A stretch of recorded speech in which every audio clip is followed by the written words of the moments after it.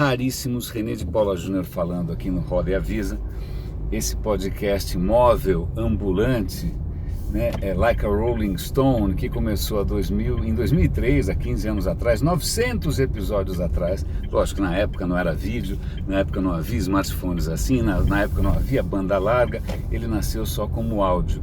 E eu garanto que eu não sou burro o suficiente para colocar pedestres em risco, ou outros veículos, ou equipamentos urbanos, e eu só manipulo o celular, eu só interajo com ele com o veículo parado. Eu liguei agora essa gravação com o veículo parado.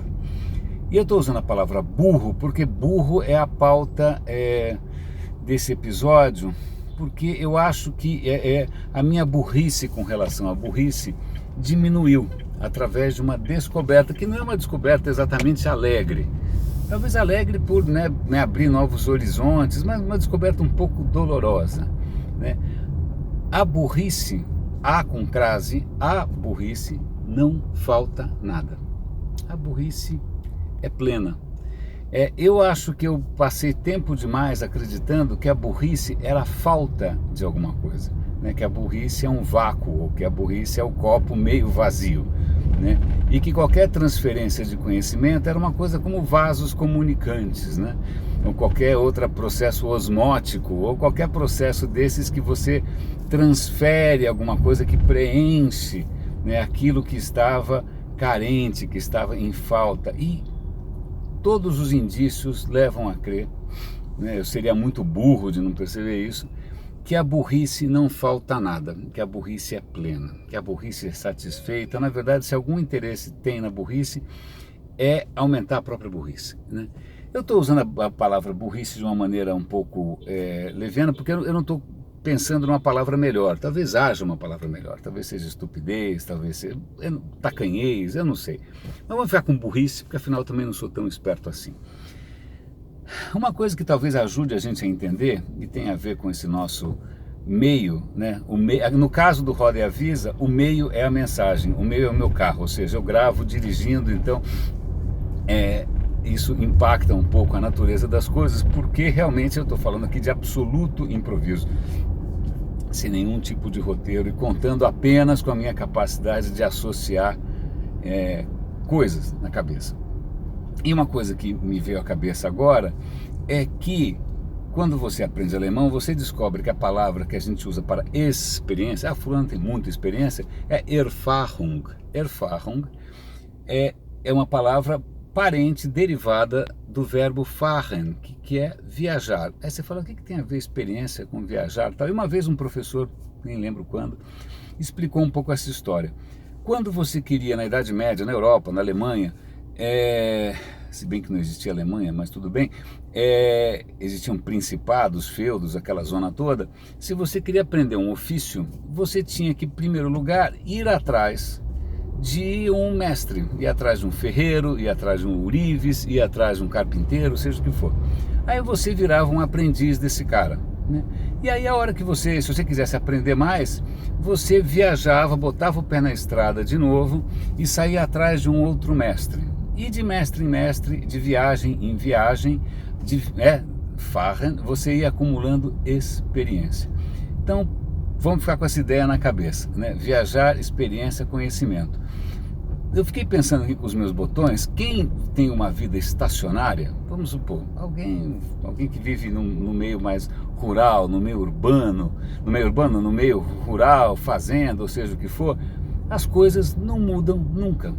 Não precisam mudar, as estações se sucedem, as plantas têm seu ritmo, o conhecimento que valia X tempo atrás continua valendo. Claro que isso é só uma metáfora, eu sei que o agronegócio do Brasil é super inovador e os caras estão bombando, não, a questão não é essa. Eu só estou colocando em modo de pensamento. Se você vive num modo estacionário, você pode cultivar uma coleção de pensamentos estacionários. Eles valem ali naquele seu universo pequeno e está tudo muito bom. Para que mudar? Você vai colecionando, você vai agregando coisas que funcionam ali naquele contexto pequeno. E como é da natureza humana, a gente fica defensivo com qualquer coisa que a gente construiu. Então a burrice humana é o seu castelo, né? Nós construímos um castelo de informações que parecem estáveis, que parecem universais, né? E a gente defende isso. Ah, aquele cara é forasteiro, aquela ideia vem de fora. Será que eu posso confiar? Será que eu não posso? E nasce essa desconfiança de qualquer coisa que venha de fora. Quando você se dispõe a botar o pé na estrada, primeiro que você não pode levar tantos cacarecos consigo, certo? Segundo, que quando você leva, você descobre também, que é o primeiro golpe na burrice, que muitas coisas que você julgava fundamentais, absolutamente inquestionáveis, elas não, você deu 3 passos, elas não funcionam mais. Por exemplo, a sua própria língua. Por exemplo, toda aquela certeza que você tinha sobre o seu entorno, né? Você conhece a cidade com a palma da sua mão, de repente você está num lugar em que você tem que se orientar. E aí você vai cruzar com novos costumes. Então, esse deslocamento, eu até fico imaginando se não foi isso que de repente teve algum impacto na evolução da inteligência humana. Quando você se desloca, você necessariamente percebe, ou morre também, que é sempre uma opção, né? Você percebe que aquilo que você sabia não necessariamente migra, não necessariamente vai com você, né? Aí você tem sim que ser capaz do quê? De perceber o que é diferente, de aprender coisas novas, né? E isso requer tem um exercício que é extremamente interessante, que acho que para mim também está ligado à questão de burrice, que é a questão de humildade, né? Normalmente quem tem muita segurança com relação ali ao seu próprio território, aos seus próprios conhecimentos, tal, o cara tem ali uma arrogância, um orgulho, né, da sua própria posição que parece estável, que a hora que o cara dá 3 passos, cara, seu diploma não vale mais, seu crachá não vale mais, o seu status não vale mais, você é mais um. Não só você é mais um, como você retrocedeu em várias capacidades. Por exemplo, quando a gente aprende uma língua estrangeira, eu mencionei o alemão, a primeira dor é você ser incapaz de demonstrar o quanto você é inteligente. Você conhece alguém e tal, você quer mostrar o quanto você é inteligente, você percebe que o seu repertório é muito limitado.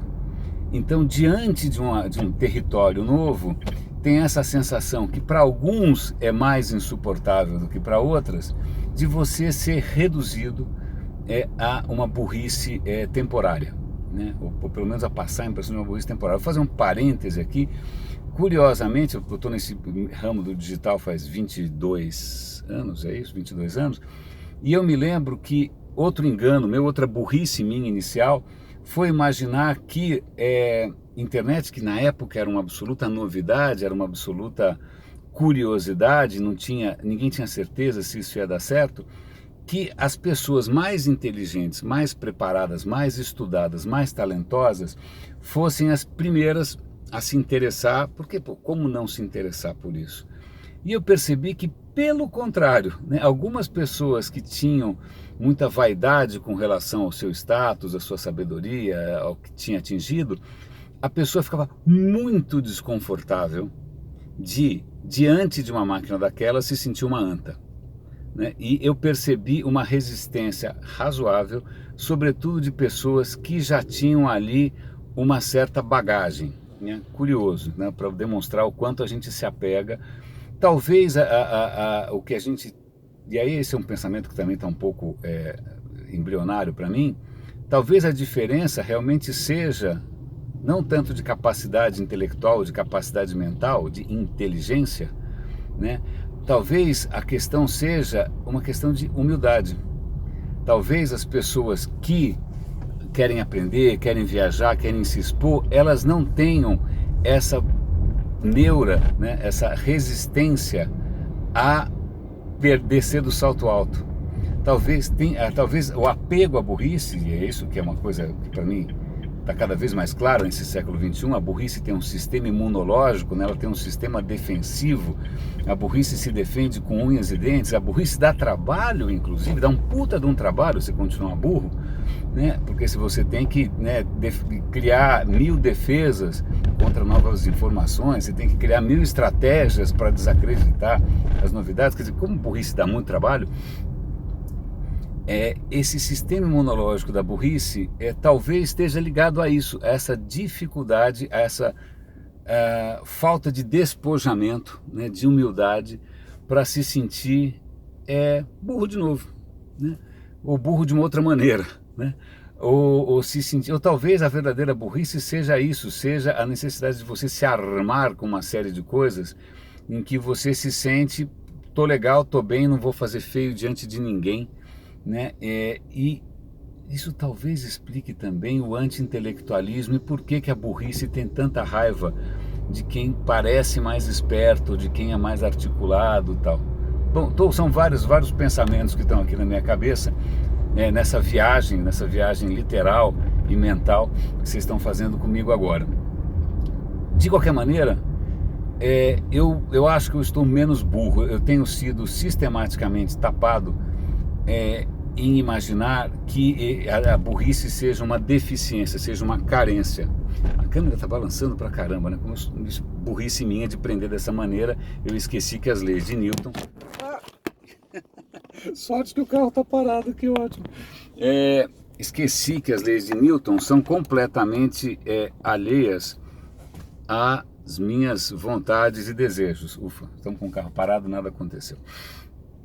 Mas você percebe que não é muito esperto, na verdade, que é meio burro esse jeito que eu gravo. Quem sabe um dia eu descubro um jeito melhor. Retomando o fio da meada, eu percebo o quanto eu venho errando ao menosprezar, ao ignorar, né, a força resistente da burrice, e que talvez seja um apego extraordinário ao status quo, que talvez seja um absoluto pavor, né, da incerteza. Talvez seja isso, talvez a burrice seja o pavor da incerteza, ou talvez o pavor de se sentir numa posição mais frágil diante de quem sabe mais. Eu não sei. Eu não sei. Talvez obrigado por me acompanhar nessa viagem mesmo, porque é uma daquelas viagens, das boas viagens, que é aquela que a gente não tem a menor ideia de aonde vai chegar, né? É uma viagem peripatética. Uma noção que acho que talvez valha a pena lembrar. Estou pensando aqui também um pouco em Grécia, quando você tinha pensadores, ao contrário de Platão, ao contrário de Sócrates, pensadores do devir. Devir significa tornar-se, né? Alguns filósofos gregos, você pega Heráclito, Lucrécio, tal, eles percebem o seguinte: quando alguma coisa parece ser, alguma coisa parece ter uma essência, alguma coisa parece imutável, alguma coisa parece concreta e duradoura, isso é uma ilusão dos sentidos. Porque, segundo eles, eu sou absolutamente de acordo com isso, tudo está em perpétuo devir, tudo está em perpétua transformação. Então, ou a gente se habitua a essa fluidez, a essa mudança perpétua das coisas e aprende a reconhecer o que é novo, e aprende a reconhecer que qualquer conhecimento que a gente tenha é provisório, que é uma coisa que a ciência fez, né? A ciência se baseia, é um devir permanente do conhecimento, né? Quem se ilude, quem acha que ciência é o lugar da certeza, ciência é o lugar do pensamento em devir, né? Com regras bastante simples e bastante poderosas de validação, porque você cruza elas com a realidade. Então, eu acho que esse aprendizado do devir é muito importante, e isso talvez seja o que separa aquilo que eu estou chamando de burrice, e que talvez não seja burrice, seja cagaço, seja medo, seja insegurança, do que poderia ser uma postura um pouquinho mais aberta e um pouquinho mais promissora, né? E mais frágil, claro. Meus caros, muito obrigado pela companhia. Vou aproveitar que a gente está parado aqui. Um grande abraço e até o próximo episódio imprevisível do Roda e Avisa.